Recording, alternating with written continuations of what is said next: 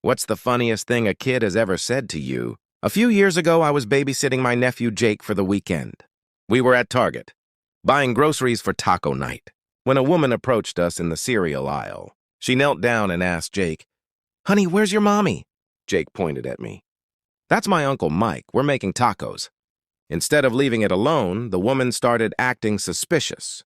She questioned Jake, asked if he knew me, if he felt safe, and eventually called security. My heart sank.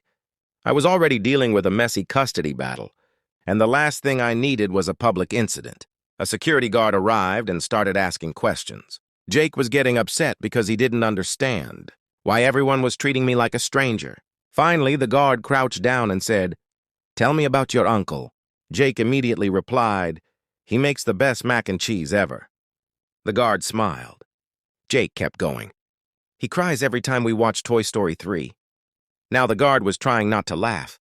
"And he lets me stay up until 10:30, but tells my mom I went to bed at 9. I wanted to disappear." Then Jake added, "He teaches me bad words, but says I can't use them until high school." The guard completely lost his serious expression, but Jake wasn't finished. "And he smells like that green soap that makes his armpits not stink." Even the woman looked embarrassed at that point. Then Jake got quiet. Sometimes he's sad because Aunt Sarah doesn't live with him anymore.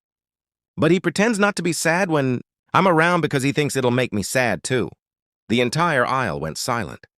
A few minutes later, the guard handed back my ID and apologized.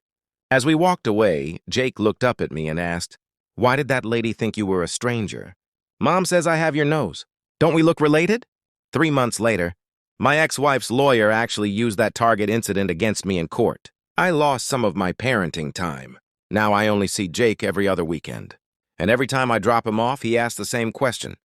"When can I come stay at your house again?"